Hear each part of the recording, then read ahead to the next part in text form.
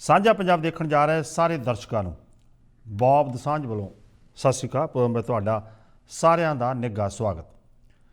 ਸਾਂਝਾ ਪੰਜਾਬ ਟੀਵੀ ਤੁਸੀਂ ਹਫ਼ਤੇ 7 ਦਿਨ 24 ਘੰਟੇ IPTV ਤੇ ਦੇਖਦੇ ਹੋ। ਇਸ ਦੇ ਨਾਲ ਨਾਲ ਅਸੀਂ ਸਾਂਝਾ ਪੰਜਾਬ ਰੇਡੀਓ ਵੀਕਐਂਡ ਤੇ ਤੁਹਾਡੇ ਲਈ ਪੇਸ਼ ਕਰਦੇ ਹਾਂ। ਸੈਚਰਡੇ ਵਾਲੇ ਦਿਨ ਸਵੇਰੇ 10 ਤੋਂ 11, ਸੰਡੇ ਵਾਲੇ ਦਿਨ 10 ਤੋਂ ਲੈ ਕੇ 12 ਵਜੇ ਤੱਕ ਸਾਡੇ ਨਾਲ ਪ੍ਰੋਗਰਾਮ ਦੌਰਾਨ ਤੁਸੀਂ ਕੋਈ ਵੀ ਸਾਂਝ ਪਾਉਣੀ ਹੁੰਦੀ ਹੈ 9054584444 905 458 4444 ਜਾਂ ਪ੍ਰੋਗਰਾਮ ਤੋਂ ਬਾਅਦ ਮੇਰੇ ਨਾਲ ਕੋਈ ਵੀ ਗੱਲ ਕਰਨੀ ਤਾਂ 416419 7777।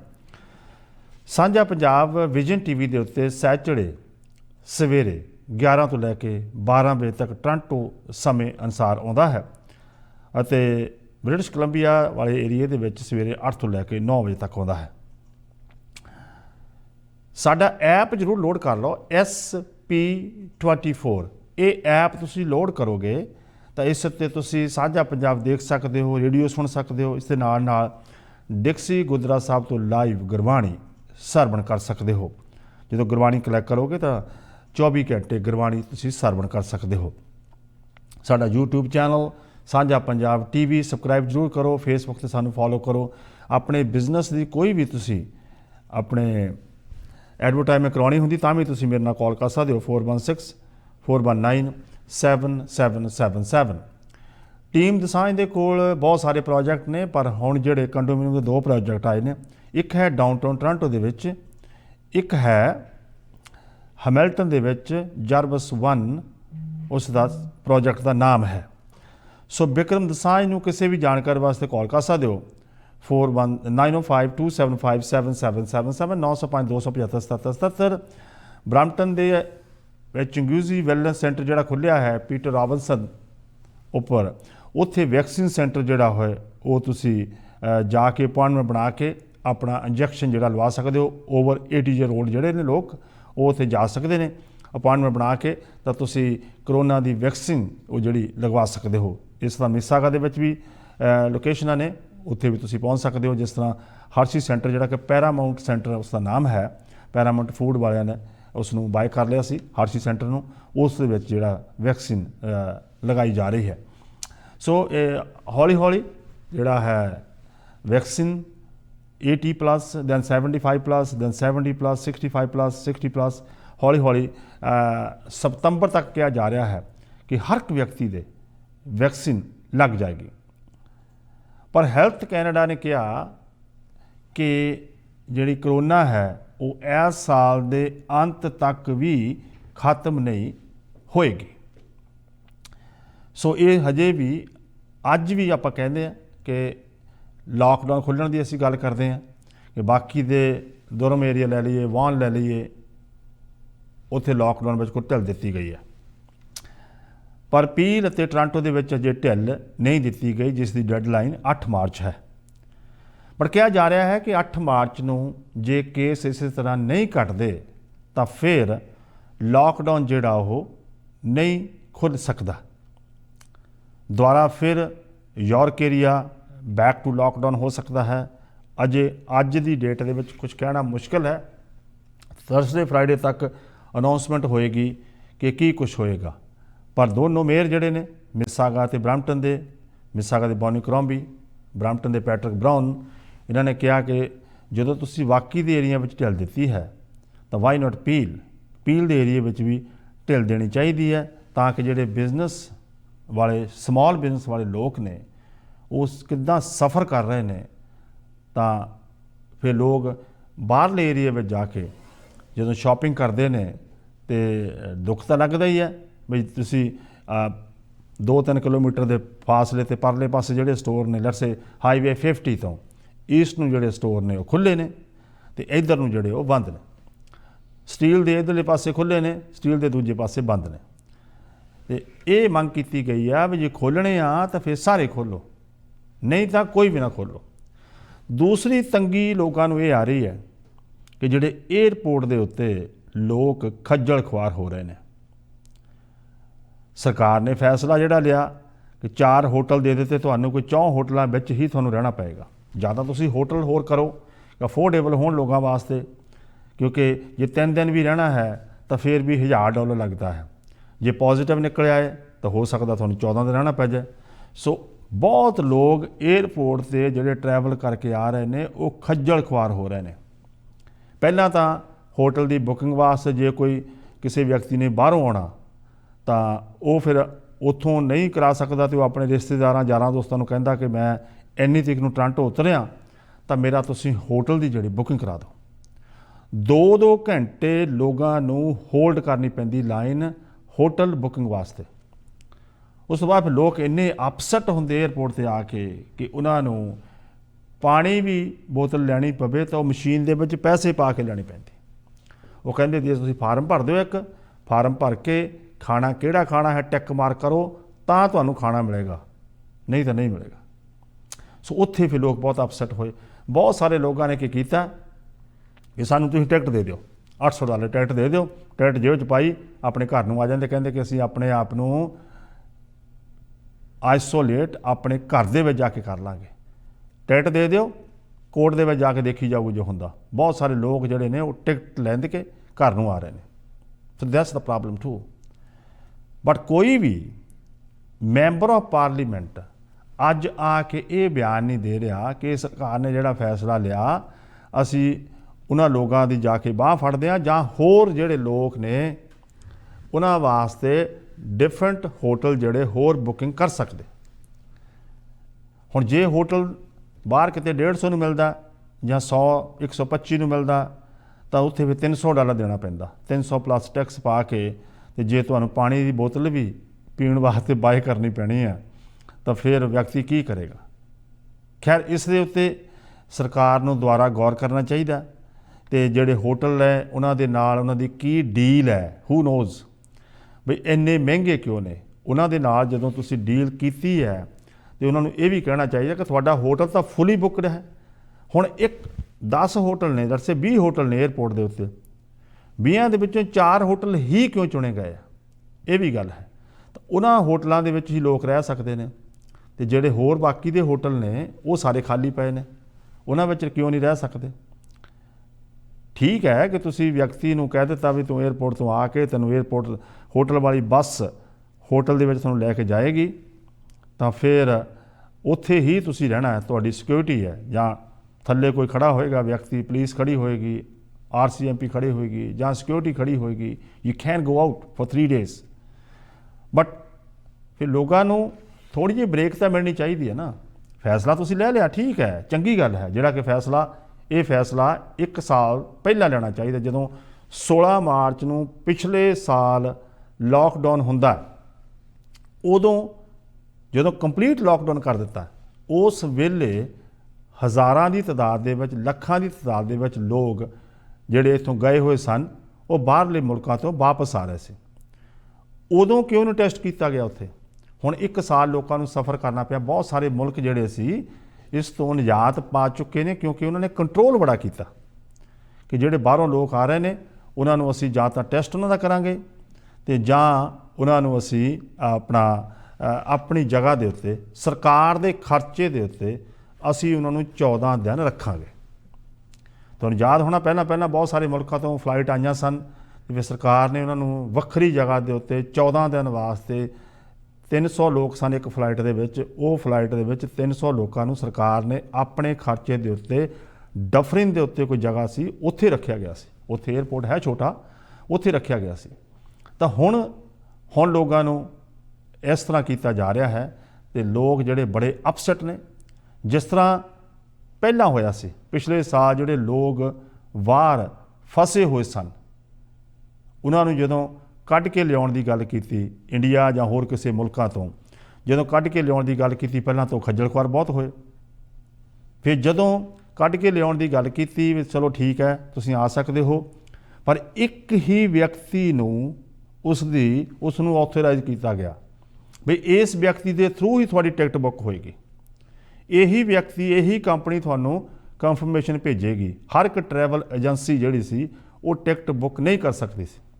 कुछ एयरलाइनां ने ट्राई भी की, कुछ लोगों ने बड़ी ट्राई की कि असी फ्री च लियाउण नूं तैयार हाँ, असी कॉस्ट प्राइस लियाउण नूं तैयार हाँ। 1 वे टिकट पीपल पे मोर दैन $3,500।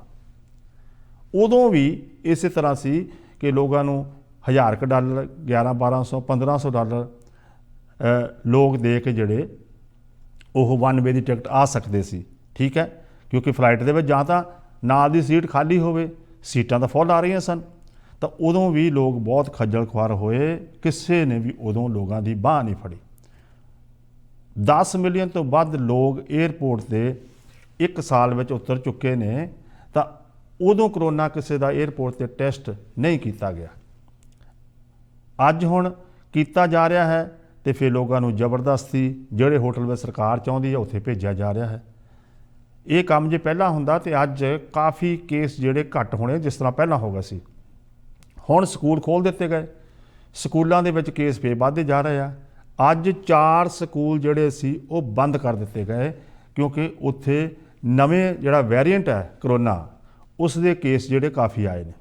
ਆਉਣ ਦੇ ਨਾਲ ਫਿਰ ਉਹ ਸਕੂਲ ਬੰਦ ਕਰ ਦਿੱਤੇ ਗਏ। ਜੇ ਉਹ ਕੇਸ ਵਧਣਗੇ, ਉਹਨਾਂ ਬੱਚਿਆਂ ਨੇ ਆਪਣੇ ਘਰਾਂ ਵਿੱਚ ਜਾਣਾ, ਉਹ ਘਰ ਦੇ ਪਰਿਵਾਰ ਮੈਂਬਰਾਂ ਨੇ ਕਿਤੇ ਹੋਰ ਜਾਣਾ, ਉਹ ਫਿਰ ਕੇਸ ਫੇਰ ਵਧਣੇ ਸ਼ੁਰੂ ਹੋ ਜਾਏਗਾ। ਕਿ ਕੋਈ ਨਵੀਂ ਜਿਹੜੀ ਵਾਇਰਸ ਹੈ variant is spread very fast, ਜਾਨਲੇਵਾ ਸਾਬਤ ਵੀ ਹੋ ਰਹੀ ਹੈ। ਸੋ ਜੇ ਕੇਸ ਵਧਣਗੇ ਤਾਂ ਦੈਨ ਕੋਈ ਅਦਰ ਪ੍ਰੋਬਲਮ।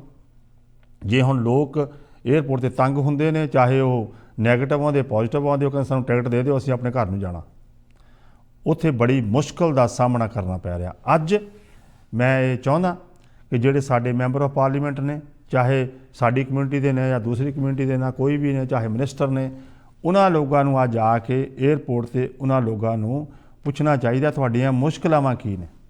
ਤੋ ਗੈਟ ਸਮ ਮੋਰ ਹੋਟਲਸ। ਏਅਰਪੋਰਟ ਦਾ ਇਲਾਕਾ ਸਾਰਾ ਹੋਟਲਾਂ ਨਾਲ ਭਰਿਆ ਪਿਆ ਹੈ, ਉੱਥੇ ਹੋਟਲ ਬੁਕਿੰਗ ਹੋ ਸਕਦੀ ਹੈ। ਅਫੋਰਡੇਬਿਲਟੀ ਚਾਹੀਦੀ ਹੈ। ਚਲੋ ਜੇ ਉੱਦਾਂ 150 ਨੂੰ ਮਿਲਦਾ, 150 ਨੂੰ ਮਿਲਦਾ, ਦੈਟਸ $200, ਦੈਟਸ ਫਾਈਨ। ਇੱਦਾਂ ਹੀ ਪਹਿਲੇ ਜਦੋਂ ਲੋਕ ਆਏ ਸੀ ਵਾਪਸ, ਲੋਕਾਂ ਨੂੰ ਜਿਹੜੇ 3 ਪਰਿਵਾਰ ਦੇ ਮੈਂਬਰ ਆਉਣੇ ਸੀ, ਉਹ $15,000 ਦੀ ਵਨ ਵੇ ਟਿਕਟ ਦੇ ਕੇ ਆਪਣੇ ਘਰ ਆਪਣੇ ਬੱਚਿਆਂ ਵਿੱਚ ਰੋਕ ਲਾ ਕੇ ਆਏ ਸਨ। ਲੋਕਾਂ ਨੂੰ ਕਿੰਨਾ ਕਿੰਨਾ ਚਿਰ ਉਡੀਕ ਕਰਨੀ ਪਈ ਸੀ ਤਾਂ ਕਿ ਉਹ ਫਲਾਈਟ ਦੇ ਵਿੱਚ ਬੈਠ ਕੇ ਆ ਸਕਣ। ਫਿਰ ਉੱਥੋਂ ਜਦੋਂ ਏਅਰਪੋਰਟ 'ਤੇ ਜਾਣਾ ਸੀ, ਉਹਨਾਂ ਨੂੰ ਕਨਫਰਮੇਸ਼ਨ ਨਹੀਂ ਮਿਲਦੀ ਸੀ, ਏਅਰਪੋਰਟ 'ਤੇ ਆ ਕੇ ਵੀ ਲੋਕ ਖੱਜਲ ਖੁਆਰ ਹੋਏ। ਖੈਰ, ਸਮਾਂ ਲੰਘਦਾ ਜਾ ਰਿਹਾ ਕਿ ਅਸੀਂ ਇਹੀ ਕਹਿੰਦੇ ਹਾਂ ਕਿ ਇਸ ਦੇ ਉੱਤੇ ਸਰਕਾਰ ਨੂੰ ਦੁਬਾਰਾ ਗੌਰ ਕਰਨਾ ਚਾਹੀਦਾ। ਥੋੜ੍ਹੇ ਬਹੁਤ ਰੀਜ਼ਨੇਬਲ ਹੋਟਲ ਜਿਹੜੇ ਲੈ ਕੇ ਦੇਣੇ ਚਾਹੀਦੇ ਆ, ਅਤੇ ਤਾਂ ਕਰਕੇ ਕਿ ਜਿਹੜਾ ਖਾਣਾ ਵੀ ਉਹਨਾਂ ਨੂੰ ਬਣਾ ਕੇ ਦੇਣਾ, ਜੇ ਹੋਟਲ ਵਿੱਚ ਹੀ ਬਣਾ ਕੇ ਦੇਣਾ, ਅਤੇ ਹੁਣ ਤੁਸੀਂ ਬਾਹਰੋਂ ਵੀ ਹਰ ਇੱਕ ਵਿਅਕਤੀ ਖਾਣਾ ਆਰਡਰ ਕਰਦਾ ਹੀ ਹੈ ਨਾ, ਤੁਹਾਡੇ ਘਰ ਖਾਣਾ ਡਿਲੀਵਰ ਕੀਤਾ ਜਾਂਦਾ ਹੈ। ਤਾਂ ਆਪਣੀ ਮਰਜ਼ੀ ਦਾ ਉਹ ਮੰਗਾਉਣ ਖਾਣਾ, ਅਤੇ ਤੁਸੀਂ ਬ੍ਰੇਕਫਾਸਟ ਉਹਨਾਂ ਨੂੰ ਦੇ ਦਿਓ, ਅਤੇ ਬਾਕੀ ਦਾ ਖਾਣਾ ਉਹ ਜਿੱਥੋਂ ਮਰਜ਼ੀ ਮੰਗਾਉਣ, ਦੈਟਸ ਓਕੇ। 3 ਦਿਨ ਦਾ ਤਾਂ ਕੰਮ ਹੈ ਸਾਰਾ। ਖੈਰ, ਇਸ ਦੇ ਉੱਤੇ ਸਰਕਾਰ ਨੂੰ ਇੱਕ ਵਾਰ ਜ਼ਰੂਰ ਸੋਚਣਾ ਪਏਗਾ ਕਿ ਲੋਕ ਤਾਂ ਜਿਹੜੇ ਨੇ ਉਹ ਪਹਿਲਾਂ ਜਿਹੜੇ ਅੱਗੇ ਹੀ ਬਹੁਤ ਦੁਖੀ ਹੋ ਕੇ ਆਉਂਦੇ ਨੇ, ਜਦੋਂ ਕਿੰਨਾ ਵੱਡਾ ਕਿੰਨਾ ਲੰਬਾ ਸਫ਼ਰ ਜਿਹੜਾ ਉਹਨਾਂ ਨੇ ਕੱਟ ਕੇ ਆਉਣਾ, ਅਤੇ ਉਸ ਸਫ਼ਰ ਦੇ ਵਿੱਚੋਂ ਲੰਘ ਕੇ ਜਦੋਂ ਆਉਣਾ ਹੁੰਦਾ, ਅਤੇ ਫਿਰ ਏਅਰਪੋਰਟ 'ਤੇ ਆ ਕੇ ਖੱਜਲ ਖੁਆਰ ਹੋਣਾ, ਉਹ ਵੀ ਕੈਨੇਡਾ ਵਰਗੇ ਮੁਲਕ ਦੇ ਵਿੱਚ, ਜਿਹੜਾ ਕਿ ਸਭ ਤੋਂ number 1 for living standard Canada ਮੰਨਿਆ ਗਿਆ ਹੈ। ਕੈਨੇਡਾ ਦਾ ਏਅਰਪੋਰਟ ਨਾਰਥ ਅਮਰੀਕਾ ਦਾ ਬੈਸਟ ਏਅਰਪੋਰਟ ਜਿਹੜਾ ਮੰਨਿਆ ਗਿਆ ਹੈ, ਅਤੇ ਫਿਰ ਉੱਥੇ ਜੋ ਲੋਕ ਖੱਜਲ ਖੁਆਰ ਹੋਣਗੇ ਤਾਂ ਉਹਨਾਂ ਲੋਕਾਂ ਨੂੰ ਦੁੱਖ ਜ਼ਰੂਰ ਲੱਗਦਾ ਹੈ। ਬਹੁਤ ਹੀ ਛੇਤੀ ਤੁਹਾਨੂੰ ਲੈ ਕੇ ਜਾਵਾਂਗੇ ਅਸੀਂ ਚੰਡੀਗੜ੍ਹ, ਪੇਸ਼ ਕਰਾਂਗੇ ਖਬਰਾਂ, ਅਤੇ ਖਬਰਾਂ ਦੇ ਨਾਲ ਨਾਲ ਮੈਂ ਦੱਸ ਦੇਵਾਂ ਕਿ ਤੁਸੀਂ ਕੋਈ ਵੀ ਪ੍ਰੋਪਰਟੀ ਬਾਏ ਕਰਦੇ ਹੋ, ਕਾਹਲੀ ਨਾ ਕਰੋ, ਕਿਉਂਕਿ TD ਬੈਂਕ ਨੇ ਅਨਾਊਂਸ ਕਰ ਦਿੱਤਾ 5 ਸਾਲ ਦੀ ਮੌਰਗੇਜ ਜਿਹੜੀ ਹੈ ਉਹ ਉੱਪਰ ਜਾਣ ਲੱਗੀ ਹੈ। 5 ਸਾਲ ਦੀ ਮੌਰਗੇਜ ਜਿਹੜੀ ਹੈ ਉਹਦੇ ਇੰਟਰਸਟ ਰੇਟ ਜਿਹੜਾ ਵੱਧ ਸਕਦਾ ਹੈ। ਸੋ ਇਸ ਹਿਸਾਬ ਦੇ ਨਾਲ ਪ੍ਰੋਪਰਟੀ ਆਪਣੀ ਬਾਏ ਕਰੋ ਕਿ ਜੇ ਮਾੜਾ ਮੋਟਾ ਝਟਕਾ ਲੱਗਦਾ ਤਾਂ ਕੀ ਅਸੀਂ ਸਹਿ ਸਕਦੇ ਹਾਂ, ਕੀ ਅਸੀਂ ਰੀਲ ਸਟੇਟ ਵਾਲੇ ਵਿਅਕਤੀ ਦੇ ਮਗਰ ਲੱਗ ਕੇ ਕਿਤੇ ਆਪਣਾ ਨੁਕਸਾਨ ਤਾਂ ਨਹੀਂ ਕਰ ਰਹੇ। ਇਹ ਚੀਜ਼ ਸੋਚਣ ਦੀ ਲੋੜ ਹੈ। ਹਰ ਇੱਕ ਵਿਅਕਤੀ ਨੂੰ ਘਰ ਚਾਹੀਦਾ, ਪਰ ਹੁਣ ਬਹੁਤ ਸਾਰੇ ਲੋਕ ਜਦੋਂ ਘਰ ਨਹੀਂ ਅਫੋਰਡ ਕਰ ਸਕਦੇ ਤਾਂ ਫਿਰ ਉਹ ਕੰਡੋਮੀਨੀਅਮ ਬਾਏ ਕਰਨਾ ਚਾਹੁੰਦੇ ਨੇ। ਕਿ ਕੰਡੋ ਮਾਰਕੀਟ ਵੀ ਪਹਿਲਾਂ ਨਾਲੋਂ ਜਿਹੜੀ ਉਹ ਕਾਫੀ ਉੱਪਰ ਚਲੇ ਗਈ ਹੈ। ਪਹਿਲਾਂ ਲੋਕ ਸੋਚਦੇ ਸਨ ਕਿ ਅਸੀਂ ਆਪਣੇ ਘਰਾਂ 'ਚੋਂ ਕੰਮ ਕਰ ਲਾਂਗੇ, ਪਰ ਬਹੁਤ ਸਾਰੇ ਜਿਹੜੇ ਬੱਚੇ ਸਾਡੀ ਸੈਕੰਡ ਜਨਰੇਸ਼ਨ ਆ, ਉਹ ਵਾਪਸ ਫਿਰ ਚਾਹੁੰਦੇ ਨੇ ਕਿ ਅਸੀਂ ਆਪਣੀ ਜਿਹੜੀ ਕੰਡੋ ਖਰੀਦ ਲਈਏ, ਜਾਂ ਅਸੀਂ ਰੈਂਟ ਦਿੱਤੀ ਸੀ ਉਹਦੇ ਵਿੱਚ ਵਾਪਸ ਚਲੇ ਜਾਈਏ। ਕਿਉਂਕਿ ਕੈਲਗਰੀ ਦੇ ਵਿੱਚ, ਅਲਬਰਟਾ ਦੇ ਵਿੱਚ ਜੋ ਅੱਜ ਹਾਲਾਤ ਨੇ, 2014 ਵਾਲੀਆਂ ਪ੍ਰੋਪਰਟੀ ਪ੍ਰਾਈਸ ਜਿਹੜੀਆਂ ਸਨ ਕੈਲਗਰੀ ਦੇ ਵਿੱਚ ਉਹ ਪ੍ਰਾਈਸਿਸ ਅੱਜ ਥੱਲੇ ਆ ਗਈਆਂ। ਇੰਨੀਆਂ 6-7 ਸਾਲ ਜੋ ਪਹਿਲਾਂ ਪ੍ਰਾਈਸ ਸੀ ਉਹ ਪ੍ਰਾਈਸ ਅੱਜ ਘਰਾਂ ਦੀ ਹੋ ਗਈ।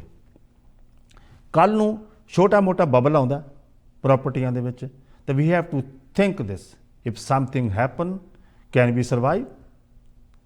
ਇਹ ਚੀਜ਼ ਜਦੋਂ ਵੀ ਕੋਈ ਪ੍ਰੋਪਰਟੀ ਖਰੀਦਣੀ ਆ, ਇੰਨਾ ਸੋਚਣਾ ਵੀ ਜੇ ਸਾਨੂੰ ਕਿਤੇ ਅਸੀਂ ਰਿਸਕ ਲੈ ਰਹੇ ਹਾਂ, ਜੇ ਕੱਲ੍ਹ ਨੂੰ ਸਾਡੀ ਜੌਬ ਜਾਂ ਪ੍ਰਾਈਸ ਥੱਲੇ ਆ ਜਾਂਦੀਆਂ 10-15-20%, ਤਾਂ ਕੀ ਅਸੀਂ ਸਰਵਾਈਵ ਕਰ ਸਕਦੇ ਹਾਂ? ਕੀ ਅਸੀਂ ਬੇਸਮੈਂਟ ਕਿਰਾਏ 'ਤੇ ਦੇਣ ਤੋਂ ਬਿਨਾਂ ਘਰ ਅਫੋਰਡ ਕਰ ਸਕਦੇ ਹਾਂ? ਸੋਚਣ ਵਾਲੀ ਗੱਲ ਸਿਰਫ ਇੰਨੀ ਹੈ।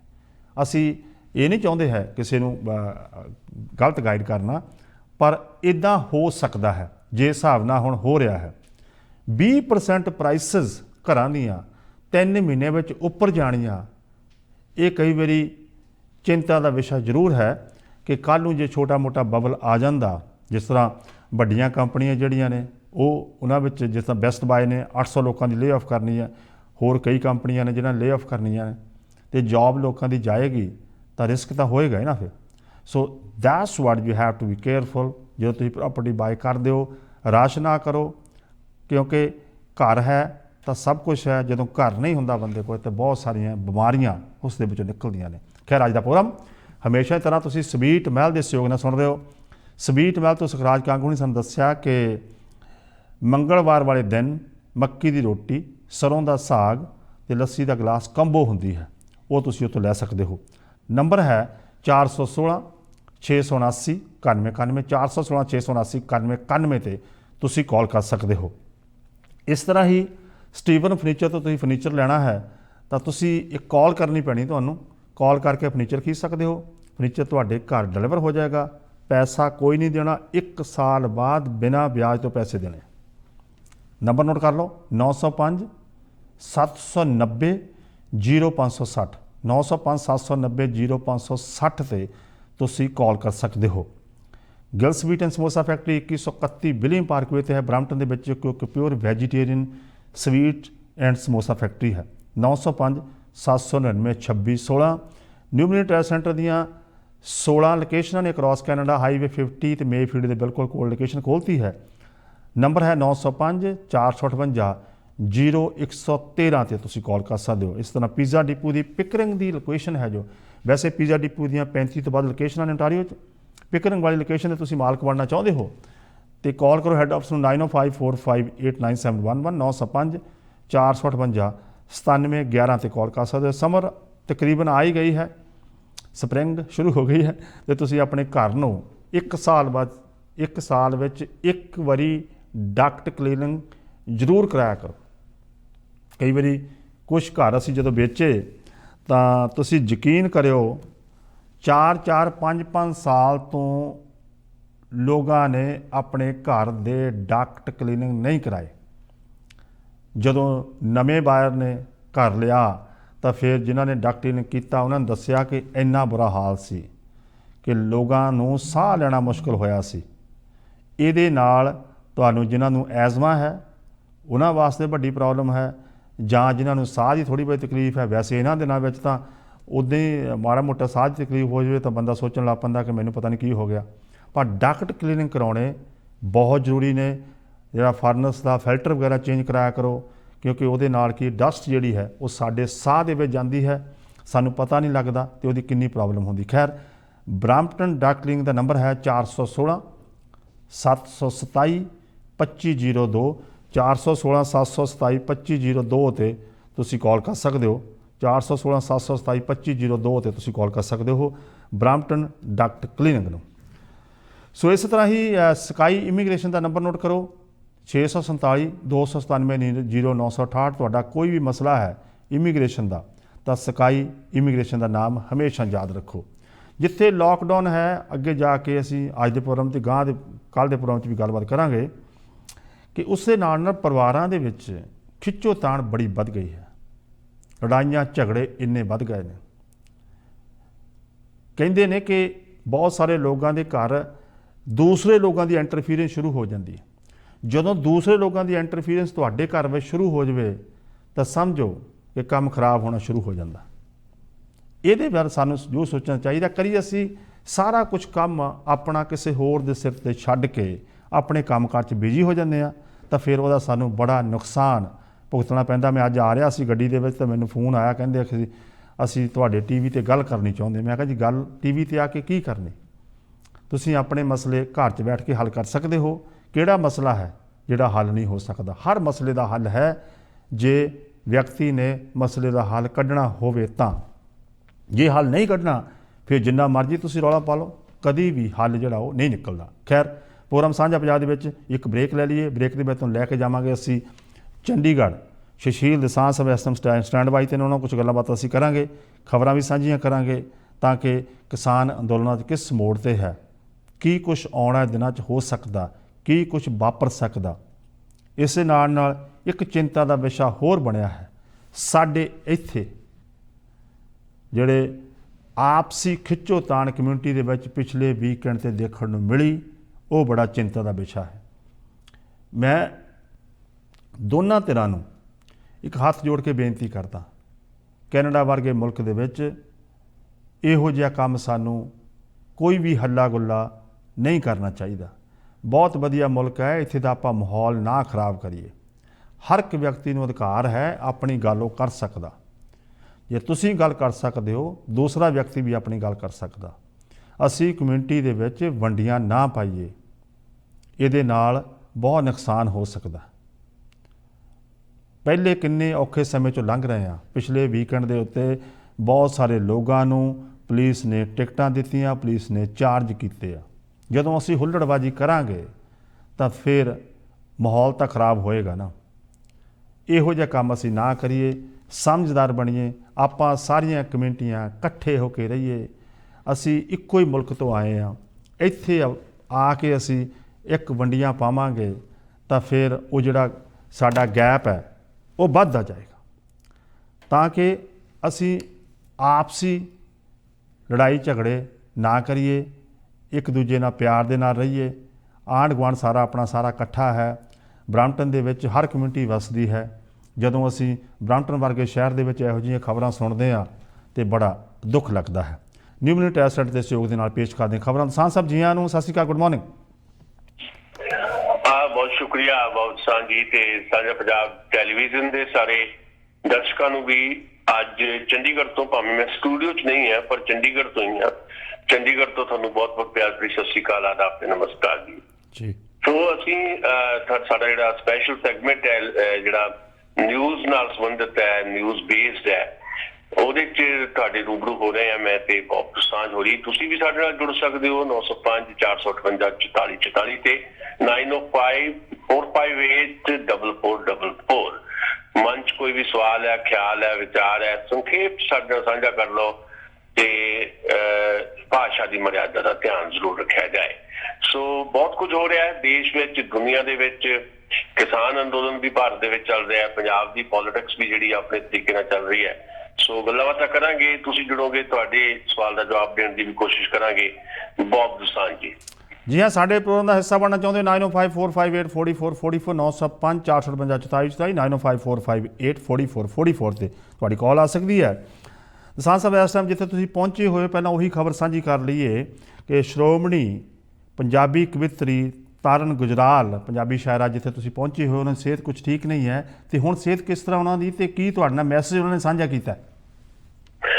ਬਿਲਕੁਲ, ਮੈਸੇਜ ਜਿਹੜਾ ਵੀਡੀਓ ਮੈਸੇਜ ਹੈ ਉਹ ਪਿੱਛੇ ਤੁਸੀਂ ਸਕਰੀਨ ਤੇ ਸਾਡੇ ਸਾਰੇ ਦਰਸ਼ਕ ਦੇਖ ਵੀ ਰਹੇ ਹੋਣਗੇ ਜਾਂ ਦੇਖਣਗੇ, ਜਾਂ ਗਾਂ ਬਾਅਦ ਵਿੱਚ ਉਹ ਪਲੇ ਕੀਤਾ ਜਾਏਗਾ।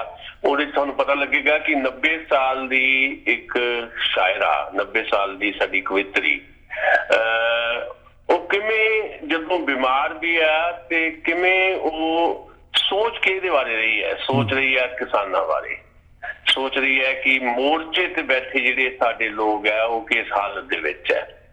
ਇਹਦੇ ਤੋਂ ਪਤਾ ਲੱਗਦਾ ਹੈ ਕਿ ਕਿੰਨੀ ਜ਼ਿਆਦਾ ਸ਼ਿੱਦਤ ਦੇ ਨਾਲ ਇਸ ਵੇਲੇ ਕਿਸਾਨ ਅੰਦੋਲਨ ਜਿਹੜਾ ਆ ਉਹ ਜਿਸ ਮੁਕਾਮ ਤੇ ਪਹੁੰਚਿਆ ਤੇ ਕਿੰਨੀ ਜ਼ਿਆਦਾ ਸ਼ਿੱਦਤ ਦੇ ਨਾਲ ਉਹਨੂੰ ਮਹਿਸੂਸ ਕੀਤਾ ਜਾ ਰਿਹਾ।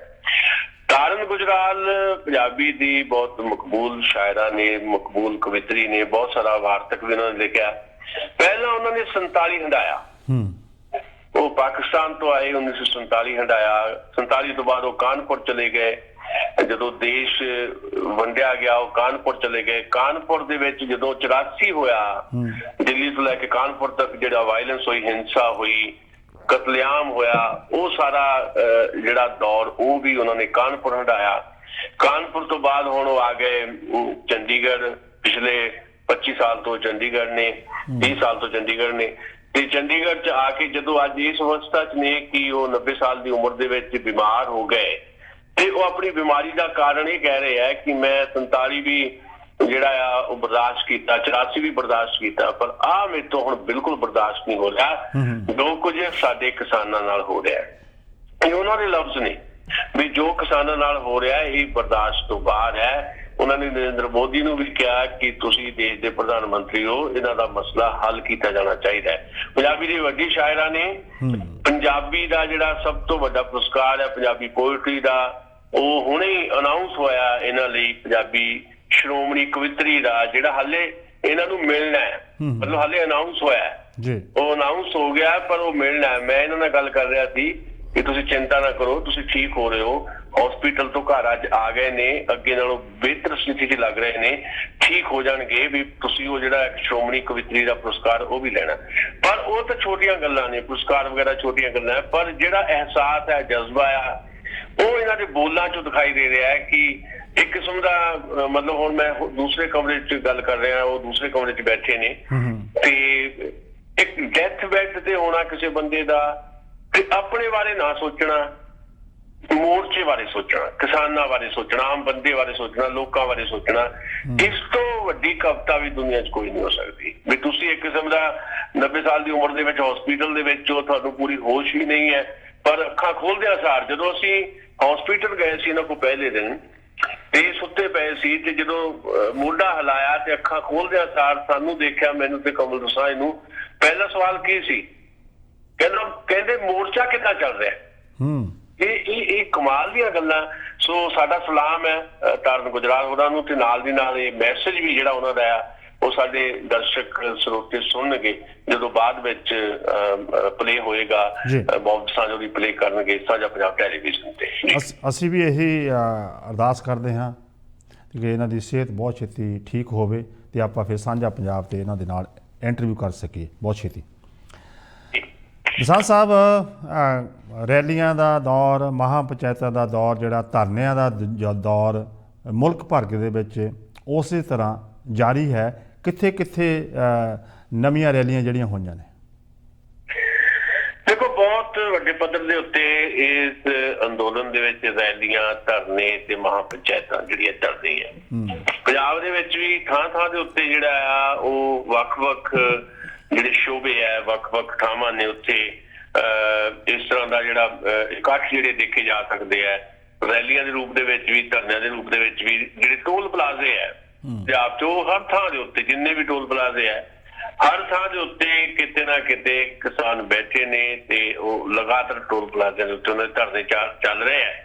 ਤੇ ਇਹ ਆਪਣੇ ਆਪ ਦੇ ਵਿੱਚ ਬੜੀ ਇੰਪੋਰਟੈਂਟ ਗੱਲ ਹੈ ਵੀ ਇੱਕ ਪਾਸੇ ਦਿੱਲੀ ਮੋਰਚੇ 'ਚ ਲੋਕ ਬੈਠੇ ਆ, ਦੂਜੇ ਪਾਸੇ ਪੰਜਾਬ ਦੇ ਵਿੱਚ ਵੱਡੇ ਇਕੱਠ ਵੀ ਹੋ ਰਹੇ ਆ, ਤੇ ਟੋਲ ਪਲਾਜ਼ਿਆਂ ਤੇ ਵੀ ਲਗਾਤਾਰ ਕਿਸਾਨ ਆ ਰਹੇ। ਫਿਰ ਹਰਿਆਣਾ, ਯੂਪੀ ਤੇ ਰਾਜਸਥਾਨ ਦੇ ਵਿੱਚ ਜਿਹੜੀਆਂ ਮਹਾਂ ਪੰਚਾਇਤਾਂ ਹੋ ਰਹੀਆਂ, ਉਹਨਾਂ ਦਾ ਅੰਤ ਹੀ ਕੋਈ ਨਹੀਂ, ਸਰਕਾਰ ਹਿੱਲੀ ਪਈ ਆ ਪੂਰੀ ਤਰ੍ਹਾਂ।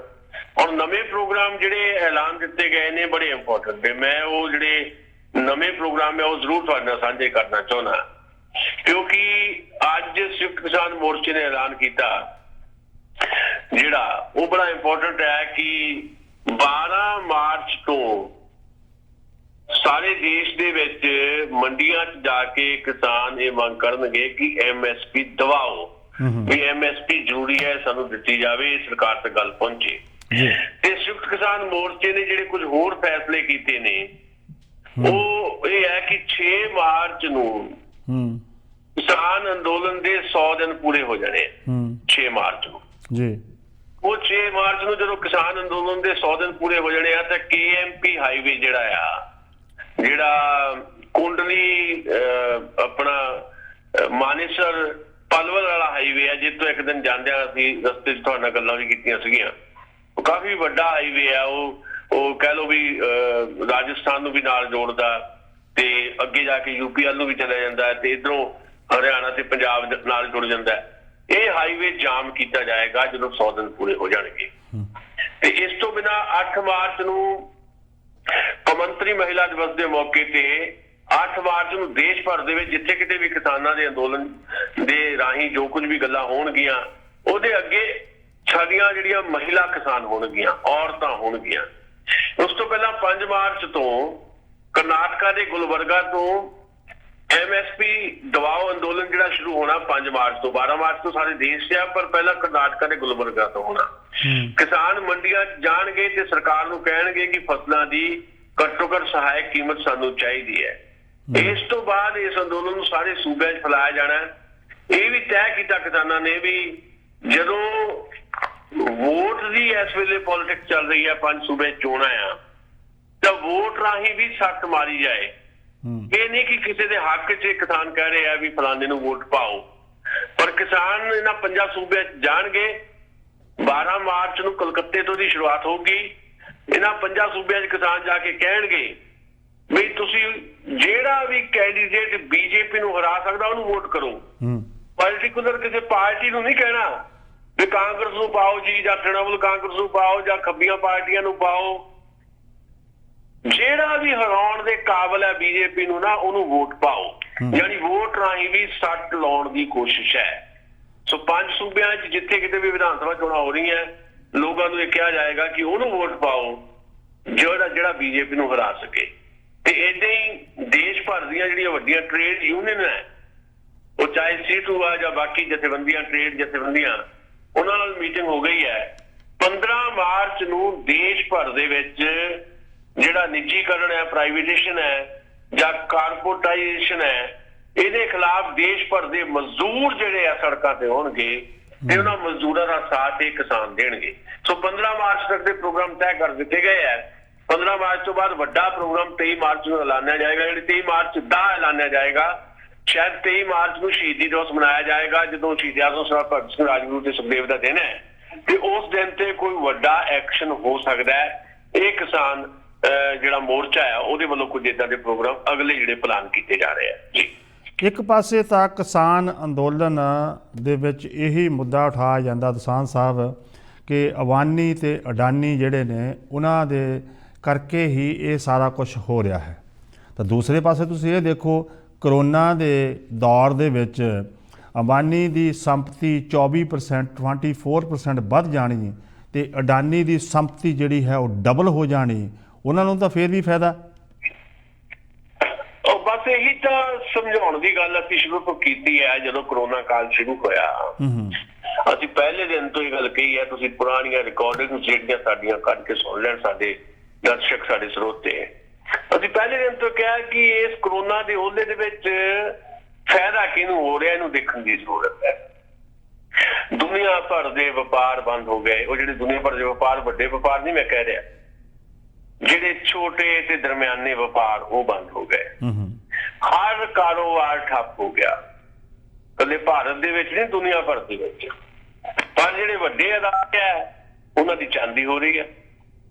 ਇਹ ਹੁਣ ਜਿਹੜੇ ਡਾਟਾ ਤੁਸੀਂ ਸ਼ੇਅਰ ਕੀਤਾ ਵੀ ਅੰਬਾਨੀਆਂ ਦੀ ਜਿਹੜੀ ਜਾਇਦਾਦ ਆ ਜਾਂ ਸੰਪਤੀ ਹੈ 24% ਵੱਧ ਗਈ ਤੇ ਅਡਾਨੀਆਂ ਦੀ ਦੁੱਗਣੀ ਹੋ ਗਈ, ਇਹ ਕੋਈ ਹਵਾ ਤੋਂ ਥੋੜਾ ਲੈ ਕੇ ਆਏ ਅਸੀਂ ਗੱਲਾਂ ਜੀ। ਇਹ ਬਕਾਇਦਾ ਗਲੋਬਲ ਇੱਕ ਰਿਸਰਚ ਹੋਈ ਹੈ, ਉਹਦੇ ਤੇ ਸਾਰੀਆਂ ਚੀਜ਼ਾਂ ਸਾਹਮਣੇ ਆਈਆਂ ਵੀ ਕਿਵੇਂ ਅਡਾਨੀ ਜਿਹੜਾ ਆ ਉਹਦੀ ਜਿਹੜੀ ਸੰਪਤੀ ਦੁੱਗਣੀ ਹੋ ਗਈ, ਅਰਬਾਂ ਡਾਲਰ ਜਿਹੜੇ ਉਹਦੇ ਵੱਧ ਗਏ। ਇਹਦੇ ਅੰਬਾਨੀਆਂ ਦੇ ਤੇ ਇਹਦੇ ਦੁਨੀਆ ਭਰ ਦੇ ਜਿਹੜੇ ਵੱਡੇ ਜਿਹੜੇ ਅਦਾਰੇ ਆ, ਵੱਡੇ ਅਦਾਰਿਆਂ ਨੂੰ ਜਿਹੜੇ ਪਿੱਛੋਂ ਕੰਟਰੋਲ ਕਰਨ ਵਾਲੇ ਲੋਕ ਹੈ, ਜਿਹੜੇ ਵਿਸ਼ਵ ਨੂੰ ਕੰਟਰੋਲ ਕਰਦੇ ਆ, ਜਿਹਨਾਂ ਦਾ ਮੈਂ ਜ਼ਿਕਰ ਕਈ ਵਾਰੀ ਕਰਦਾ ਕਿ 13-14 ਟੱਬਰ ਆ ਜਿਹੜੇ ਸਾਰੀ ਦੁਨੀਆ ਨੂੰ ਚਲਾ ਰਹੇ ਆ। ਤੇ ਜਿਹੜਾ ਵਰਲਡ ਬੈਂਕ ਜਿਹਨੂੰ ਆਪਾਂ ਕਹਿੰਦੇ ਉਹਨਾਂ ਦਾ ਹੀ ਆ, 13 ਟੱਬਰਾਂ ਦਾ ਸਾਂਝਾ ਵਰਲਡ ਬੈਂਕ ਜਿਹੜਾ, ਉਹੀ ਵਰਲਡ ਬੈਂਕ ਜਿਹੜਾ ਆ ਉਹ ਦੁਨੀਆ ਭਰ ਦੇ ਬੈਂਕਾਂ ਨੂੰ ਕੰਟਰੋਲ ਕਰਦਾ। ਤੇ ਉਹਦੇ ਵਿੱਚੋਂ ਨਿਕਲ ਕੇ ਆਇਆ ਵੀ ਕਰੋਨਾ ਜਿਹੜੀ ਹੈ ਇਹਨੇ ਤੁਹਾਡਾ ਸਾਡਾ ਨਾਸ ਮਾਰ ਦਿੱਤਾ ਤੇ ਅੰਬਾਨੀਆਂ ਤੇ ਅਡਾਨੀਆਂ ਦੀਆਂ ਪੌ-ਬਾਰਾਂ ਕਰਾਤੀਆਂ। ਇਹਦਾ ਮਤਲਬ ਗੇਮ ਹੈ ਨਾ, ਇਸ ਖੇਡ ਦੇ ਵਿੱਚ ਕਿੰਨੀ ਦੇਰ ਹੋਰ ਏਦਾਂ ਖੇਡ ਕੇ ਤਬਾਹੀ ਮਚਾਉਣੀ ਹੈ ਤੇ ਆਪਣੀਆਂ ਤਿਜੋਰੀਆਂ ਭਰਨੀਆਂ ਹੈ।